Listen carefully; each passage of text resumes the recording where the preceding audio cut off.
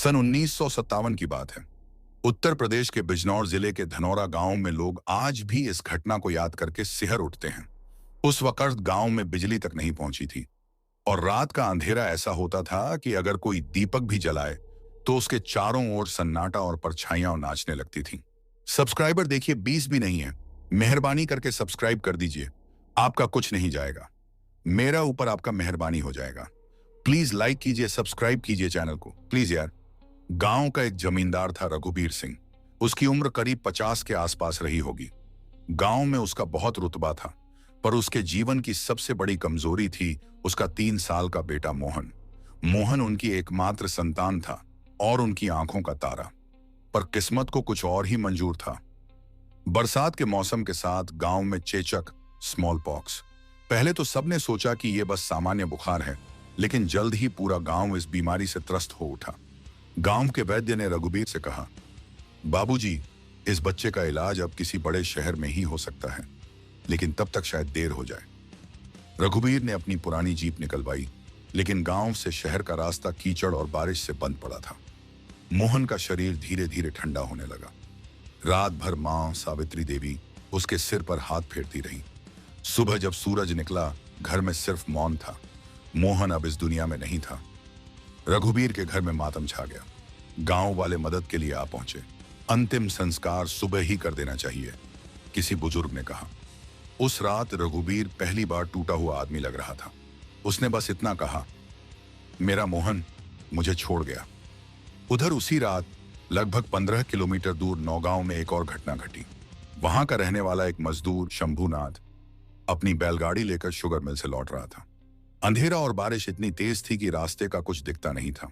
अचानक गाड़ी फिसली और शंभू पहिए के नीचे आ गया। जब तक लोग दौड़कर पहुंचे, उसकी सांसें थम चुकी थीं। उसके घर वालों ने सुबह सुबह उसका दाह संस्कार कर दिया। किसी को यह अंदाजा भी नहीं था कि नौगांव की इस मौत का रिश्ता धनौरा के मोहन से किसी अदृश्य डोर से जुड़ने वाला है। अगली सुबह जब रघुबीर और उसके परिवार वाले मोहन को दफनाने जा रहे थे, तो सबका चेहरा सूजा हुआ था, आंखें लाल।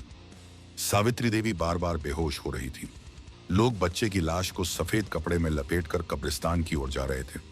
रास्ता कीचड़ भरा था। तभी अचानक मोहन की लाश ने हल्के हल्के हिलना शुरू किया। पहले तो सबको लगा कि हवा चली होगी, लेकिन फिर बच्चे का हाथ धीरे से उठा।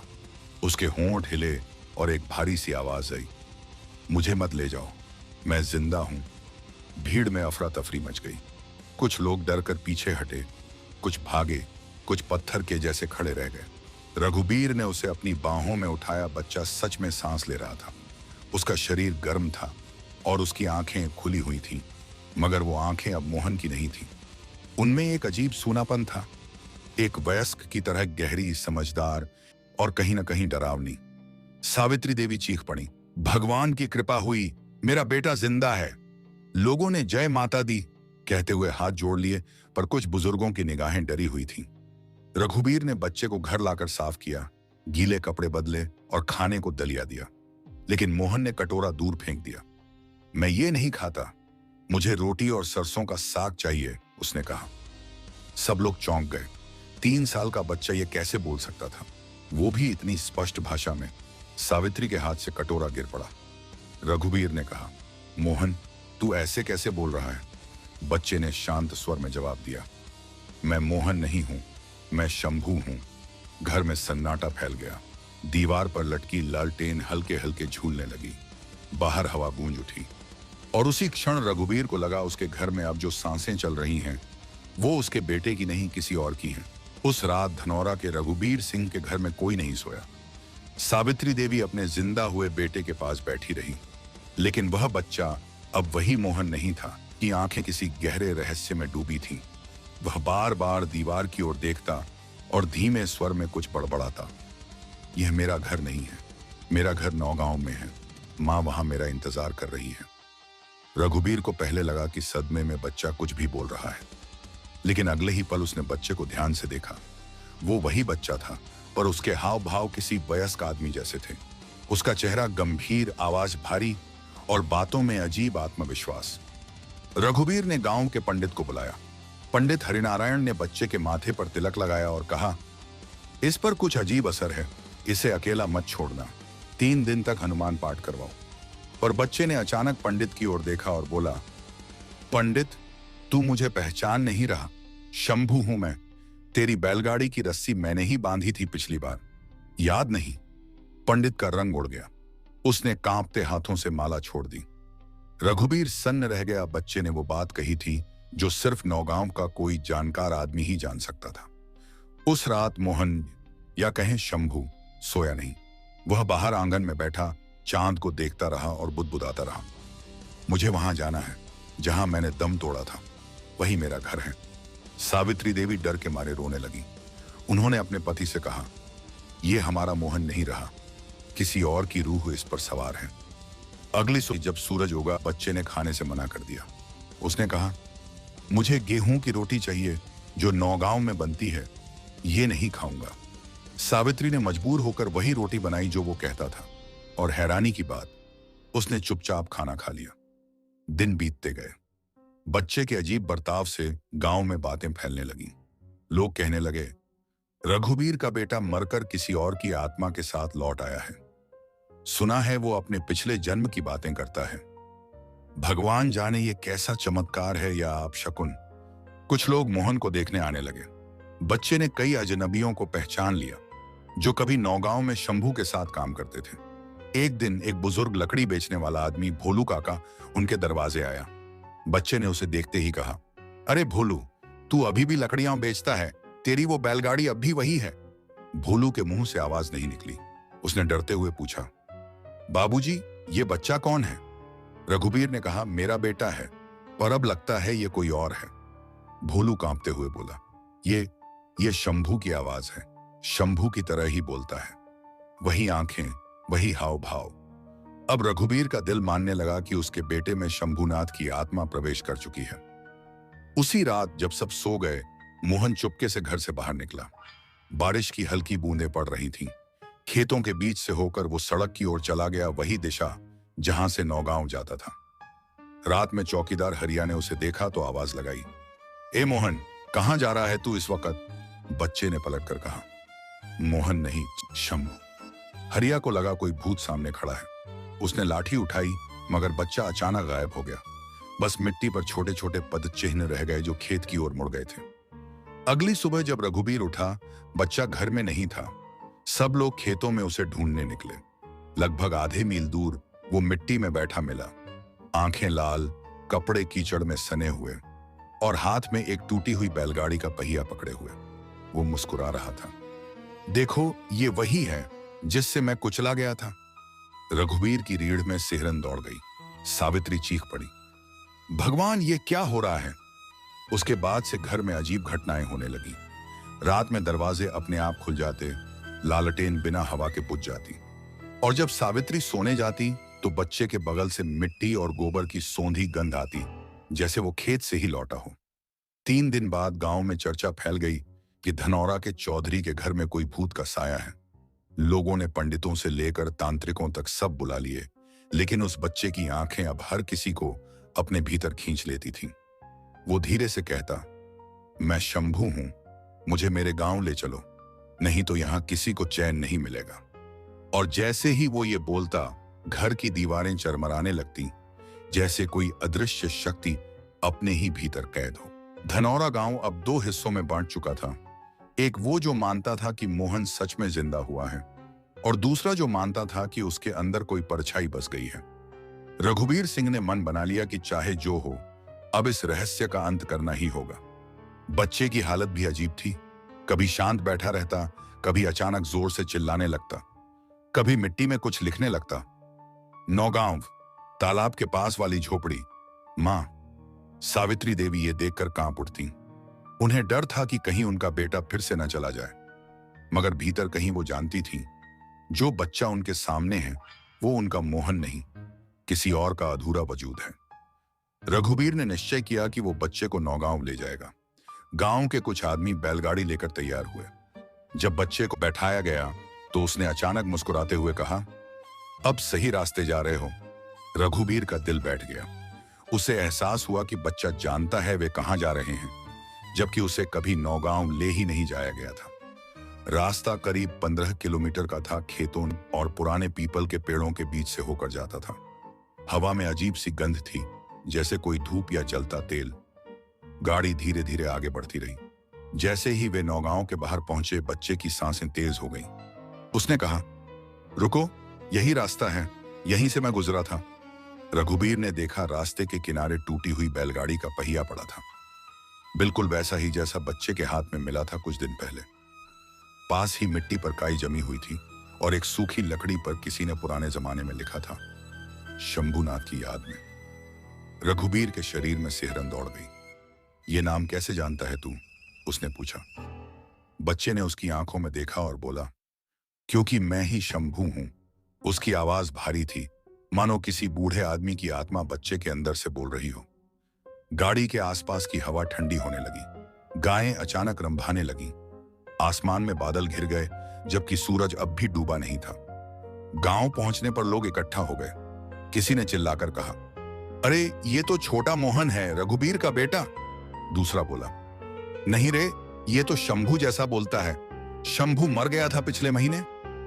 बच्चे ने गांव की तरफ देखा और धीमे स्वर में कहा, वो देखो, मेरा घर। सबने देखा, गांव के कोने पर एक टूटी झोपड़ी थी जिसकी दीवारें आधी गिरी हुई।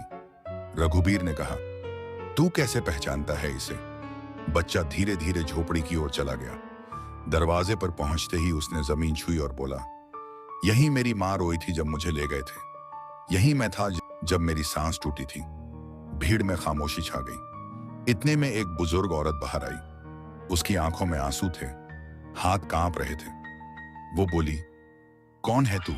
तेरा चेहरा तो बच्चे का है, मगर तेरी बोली, तेरी चाल, तेरी आंखें मेरे बेटे शंभू जैसी हैं।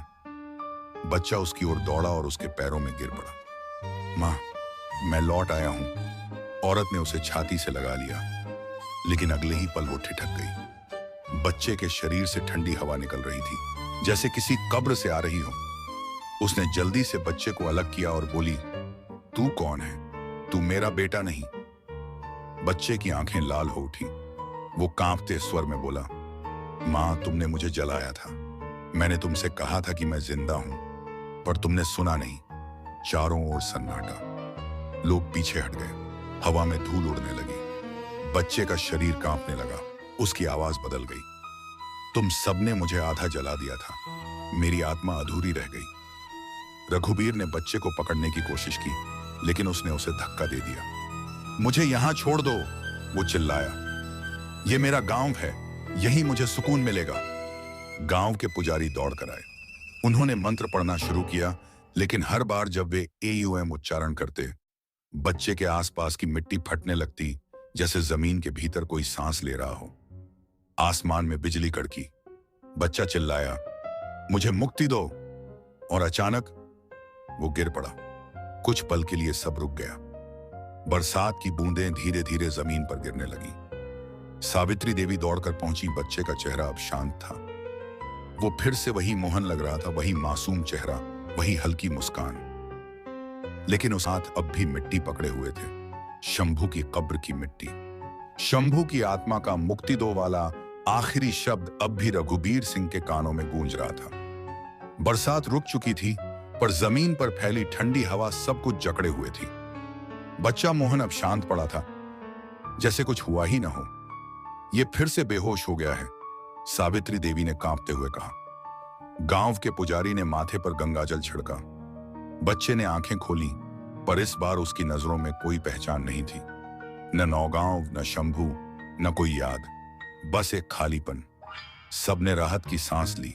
पुजारी ने कहा, आत्मा को अब शांति मिली है, इसे घर ले जाइए, सब ठीक हो जाएगा। रघुबीर अपने बेटे को गोद में लेकर धनौरा लौटा। रास्ते भर उसकी आंखों में एक ही सवाल था, क्या वाकई सब खत्म हो गया है, या ये किसी और डर की शुरुआत है? गांव पहुंचते ही लोगों ने स्वागत किया। देखो, चौधरी का बेटा अब ठीक हो गया, भगवान का चमत्कार है। लेकिन रघुबीर और सावित्री के मन में अजीब सी बेचैनी थी। पहली रात सब ठीक रहा। दूसरी रात जैसे ही सावित्री ने बच्चे को सुलाया, उसने देखा मोहन नींद में किसी से बात कर रहा था।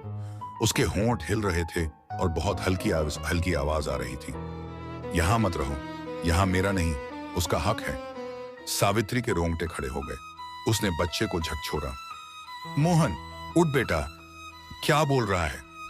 बच्चे ने आंखें खोली और सपाट स्वर में कहा, मैं नहीं बोल रहा मां, वो बोल रहा है। उसका चेहरा बिना किसी भाव के था और अगले ही पल वह फिर सो गया, जैसे कुछ हुआ ही ना हो। सुबह तक घर का माहौल बदल गया। रसोई में रखी लोटियां अपने आप गिरने लगी। दीवारों पर नमी की जगह काली परत उभर आई थी। और सबसे अजीब, मोहन हर सुबह मिट्टी से सना मिलता, जबकि रात में वो साफ होकर ही सोया था। रघुबीर ने सोचा शायद नींद में बाहर चला जाता होगा, पर एक रात उसने पहरा देने का फैसला किया। वो चारपाई के पीछे छिप गया। आधी रात को हवा का झोंका आया और लालटेन की लौ कांपने लगी। मोहन अचानक उठ बैठा। उसकी आंखें आधी खुली थीं, पर उनमें सफेदी की जगह काली परछाई थी। वो धीरे धीरे कमरे से बाहर निकला, जैसे किसी आवाज के पीछे जा रहा हो। रघुबीर भी पीछे पीछे गया। बच्चा आंगन के बीच में जाकर मिट्टी खोदने लगा। रघुबीर ने देखा वहां वही बैलगाड़ी का टूटा पहिया रखा था जो पहले खेत में मिला था। मोहन ने मिट्टी में हाथ डालते हुए कहा, वो फिर आ गया है। उसने कहा था कि चैन नहीं मिलेगा। फिर उसकी आवाज बदल गई, भारी और गूंजती हुई, मैं अधूरा नहीं रहूंगा। रघुबीर का दिल धक से रह गया। शंभू, तू फिर लौट आया? उसने चिल्लाया। बच्चे का सिर धीरे धीरे उसकी तरफ मुड़ा। तुमने मुझे नौगांव में छोड़ दिया था ना? मैंने कहा था वहां मेरा घर नहीं, मेरा घर अब यही है। और तभी हवा में किसी के कदमों की आवाज गूंजने लगी। रघुबीर ने चारों ओर देखा, कोई नहीं था। बस दीवार पर लगी लालटेन अपने आप घूम गई और जमीन पर गिर पड़ी। आग की एक पतली लपट जमीन पर फैल गई, ठीक वहां जहां बच्चे ने मिट्टी खोदी थी। सावित्री दौड़कर बाहर आई। वो चिल्लाई, भगवान के लिए छोड़ दो मेरे बच्चे को। लेकिन बच्चा बस मुस्कुराया। अब मैं तुम्हारा बच्चा नहीं, मैं वो हूं जो अधूरा जला था। उसकी आवाज इतनी भयानक थी कि रघुबीर पीछे हट गया। तभी अचानक हवा थम गई और सन्नाटा छा गया। बच्चा वहीं गिर पड़ा। लपट अपने आप बुझ गई। सावित्री उसे गोद में लेकर रोने लगी। मोहन, बेटा, आंखें खोल, वो धीरे से बोला। मां, मुझे ठंड लग रही है। फिर उसने आंखें बंद कर ली। 3 दिन तक वो बुखार में रहा। वैद्य ने कहा, शरीर में कोई अजीब हवा है, ये कोई सामान्य बीमारी नहीं। गांव में चर्चा फैल गई। शंभू की रूह फिर लौट आई है। अब गांव में डर का माहौल था। रात को कुत्ते बिना वजह भौंकते, कुएं से किसी के बोलने की आवाज आती, और कभी कभी आंगन में वो टूटा पहिया अपने आप घूमता दिखता। रघुबीर ने तांत्रिक को बुलाने का फैसला किया। उसने कहा, अगर आत्मा अधूरी रही है तो ये बच्चा नहीं बचेगा। सावित्री चीख पड़ी, नहीं, कुछ भी करो, मेरा बेटा बचा लो। तांत्रिक ने कहा, फिर आज रात अग्नि पूजा होगी, लेकिन याद रखना, अगर वो आत्मा ज्यादा शक्तिशाली हुई तो कोई भी जिंदा नहीं बचेगा। रघुबीर ने हामी भर दी। उस रात गांव के लोग मंत्र पढ़ते हुए इकट्ठा हुए। घर के बीचों बीच मिट्टी का घेरा बनाया गया, जिसमें बच्चे को बैठाया गया। चारों तरफ दिए जलाए गए। तांत्रिक ने आंखें बंद की और गूंजती आवाज में कहा, जिसकी रूह अधूरी है, निकल जा। तेरा स्थान इस शरीर में नहीं। बच्चा पहले तो शांत रहा, फिर धीरे धीरे कांपने लगा। उसकी गर्दन पीछे झुकी और उसकी आवाज गूंजी, तुम मुझे निकाल नहीं सकते, ये शरीर अब मेरा है। चारों दियों की लौ एक साथ बुझ गई और तभी घर की दीवार पर किसी की परछाई दिखी, ऊंची टेढ़ी, मानो कोई बैलगाड़ी चला रहा हो। सावित्री ने आंखें मूंद ली। रघुबीर ने कांपते हाथों से बच्चे को पकड़ा। शंभू, भगवान के लिए छोड़ दे, तू तो अब शांति पा चुका है। और तभी हवा में किसी के रोने की आवाज आई, धीमी, टूटती हुई, जैसे कोई बहुत दूर से कह रहा हो, मैं नहीं जाना चाहता था, उन्होंने मुझे जला दिया था। तांत्रिक ने एक आखिरी मंत्र बोला, एयूएम प्रेतात्मा नमः स्वाहा। घर के बीचों बीच आग की तेज लपट उठी और बच्चे के शरीर से कुछ सफेद धुआं निकला, मानो किसी ने सांस छोड़ दी हो। बच्चा गिर पड़ा और सब कुछ शांत हो गया। रात गहराने लगी थी। आसमान में बादल घिर आए थे और धनौरा गांव के ऊपर काली चादर सी छा गई थी। हवा में एक अजीब ठंडक थी, जैसी अक्सर तब महसूस होती है जब कुछ अनहोनी होने वाली हो। रमेश के घर के आंगन में दिया जल रहा था, लेकिन उसकी लौ लगातार कांप रही थी। ललिता अपने बेटे को गोद में लेकर चुपचाप बैठी थी। बच्चा अब कई दिनों से ठीक ठीक बोलने लगा था, लेकिन उसकी बातें सुनकर हर कोई कांप उठता था। उस रात उसने अचानक कहा, माँ, कल रात मुझे कोई बुला रहा था, वही पेड़ के नीचे से। ललिता ने घबरा कर पूछा, कौन बुला रहा था बेटा? बच्चे ने धीरे से कहा, वही, मेरा असली घर वाला। ललिता के रोंगटे खड़े हो गए। उसने तुरंत बच्चे को सीने से लगा लिया। ऐसा मत कहो बेटा, तुम मेरे हो, बस मेरे। लेकिन बच्चे ने उसकी ओर देखकर एक गहरी आवाज में कहा, मां, मैं तुम्हारा नहीं हूं, मैं उसका हूं जिसने मुझे अधूरा छोड़ा था। बोलते बोलते उसकी आंखें लाल हो गईं, उसकी सांसें तेज चलने लगी और उसका शरीर कांपने लगा। अचानक उसने एक झटका खाया और जमीन पर गिर पड़ा। रमेश और गांव के लोग जो पहले से बाहर खड़े थे, दौड़कर अंदर आए। बच्चा अब किसी और की आवाज में बोल रहा था, क्यों जला दिया मुझे जिंदा? क्यों नहीं देखा कि मैं अभी सांस ले रहा था? मेरे शरीर को आग के हवाले कर दिया, और अब यह बच्चा, यह बस मेरा सहारा है। गांव के लोग एक दूसरे को देखने लगे। सब समझ चुके थे, यह आवाज किसी इंसान की नहीं थी। यह उस शोभाराम नाम के आदमी की आत्मा थी जो वर्षों पहले जल चुकी थी, लेकिन अब वह इस बच्चे के शरीर में फिर से लौट आई थी। रमेश ने तुरंत हवन कुंड बनवाया और गांव के पुजारी को बुलाया। आज रात इसे खत्म करना होगा, पुजारी ने कहा, वरना ये आत्मा किसी और को भी जकड़ लेगी। गांव के बीचों बीच मंदिर में सभी लोग इकट्ठा हुए। बच्चे को वहां लाया गया। उसकी आंखें खुली थीं, लेकिन उनमें इंसानियत नहीं थी, बस क्रोध। पुजारी ने शंख बजाया और मंत्रोच्चारण शुरू किया। एयूएम नमो भूतानाम पतये नमः। हवा में कंपन फैलने लगा। मंदिर के दिए खुद ब खुद बुझ गए। अचानक बच्चे के मुंह से एक तीखी हंसी निकली। तुम लोग सोचते हो मुझे रोक लोगे? मैं यहाँ का नहीं हूं, मैं अधूरा हूं। लोगों ने देखा बच्चे की परछाई दीवार पर लंबी होती जा रही थी। दीवार पर अब दो आकृतियां थीं, एक बच्चे की और उसके पीछे एक लंबा जला हुआ शरीर, जैसे राख से बना कोई साया। पुजारी ने तेज आवाज में कहा, तेरी आत्मा अधूरी है, लेकिन यह शरीर तेरा नहीं। तू यहां बंधा नहीं रहेगा, जा शांति पा। ललिता रोते हुए बोली, अगर इस बच्चे की जान लेकर ही तू चैन पाएगा तो ले ले, लेकिन अब इस मासूम को मत सताना। अचानक हवा तेज हो गई। मंदिर के दरवाजे खुद ब खुद बंद हो गए। अंदर एक तूफान सा उठा। बच्चे की चीखें गूंजने लगी। कभी वो हंसता, कभी रोता, कभी पुजारी की तरफ दौड़ता। रमेश ने उसे पकड़ने की कोशिश की, लेकिन वो जैसे किसी और शक्ति के वश में था। फिर अचानक सब कुछ शांत हो गया। दियों की लौ फिर से जल उठी और बच्चा बेहोश होकर गिर पड़ा। पुजारी ने गहरी सांस ली। आत्मा अब भी गई नहीं, लेकिन थम गई है। कल सुबह हमें विधि पूरी करनी होगी, तभी यह आत्मा मुक्त होगी। सबने चैन की सांस ली, लेकिन किसी को नहीं पता था अगली सुबह क्या होने वाला है। रात का सन्नाटा अब धीरे धीरे टूटने लगा था। मुर्गे की बांग सुनाई दी और पूर्व दिशा से हल्की लालिमा फैलने लगी। लेकिन धनौरा गांव में उस सुबह कोई जागने की हिम्मत नहीं जुटा पा रहा था। पिछली रात जो कुछ हुआ, उसने पूरे गांव की आत्मा हिला दी थी। ललिता अपने आंगन में बैठी थी। उसकी आंखें लाल और सूजी हुई थीं। उसके बगल में उसका 3 साल का बेटा अब शांत, निष्प्राण पड़ा था, मगर उसके चेहरे पर अब कोई डर नहीं था, बस शांति थी, जैसे किसी ने उसे आखिरकार सुला दिया हो। रमेश, जो रात भर गांव के मंदिर में मंत्रोच्चारण कर रहा था, धीरे धीरे घर की ओर आया। उसके साथ गांव के पुजारी और 2 बुजुर्ग और थे। हवा में अब एक अजीब सी गंध थी, धुएं, हवन और मिट्टी की मिली-जुली। पुजारी ने धीरे से कहा, ललिता, अब आत्मा को विदा करना जरूरी है, वरना ये आत्मा फिर लौट आएगी। ललिता ने सिर हिलाया, लेकिन उसकी आवाज नहीं निकली।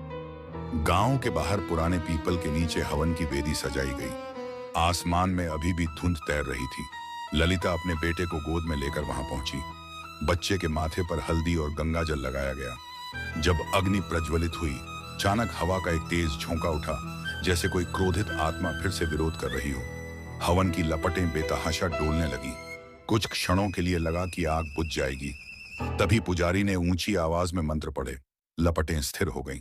हवा थम गई और तभी सबके कानों में एक हल्की, मां, अब मैं जा रहा हूं। ललिता की आंखों से आंसू बह निकले। उसने देखा उसके बच्चे के चेहरे पर एक हल्की मुस्कान थी। और फिर अग्नि की लपटों में उसका शरीर विलीन हो गया। उसके बाद कई हफ्तों तक धनौरा गांव में अजीब सी खामोशी रही। लोग अपने दरवाजे जल्दी बंद करने लगे और बच्चों को अंधेरा होने से पहले घर बुला लेते।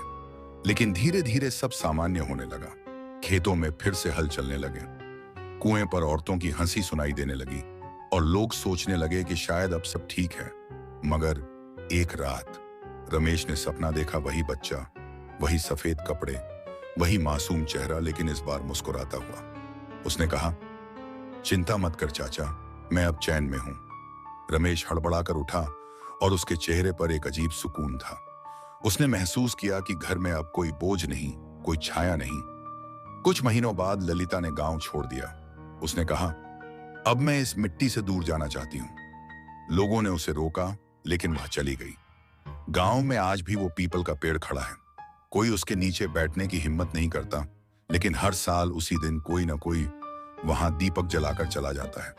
कहते हैं उस रात हवा में अगरबत्ती की महक घुल जाती है और दूर से बच्चों की खिलखिलाहट सुनाई देती है। शायद वो आत्मा जो अब मुक्ति पा चुकी है। कहानी का संदेश, कभी कभी आत्माएं वापस आती हैं, बदला लेने नहीं बल्कि अपूर्ण इच्छा पूरी करने के लिए। और जब वो पूरी हो जाती है तो उन्हें भी चैन मिल जाता है। अगर आपको यह कहानी सच्ची या महसूस करने लायक लगी, जय शांति आत्मा की लिखकर कमेंट कीजिए, क्योंकि कभी कभी सच्ची घटनाएं बस कहानियों का रूप ले लेती हैं। सब्सक्राइब कर दो यार, आपका क्या जाएगा, मेरा भला हो जाएगा, प्लीज यार।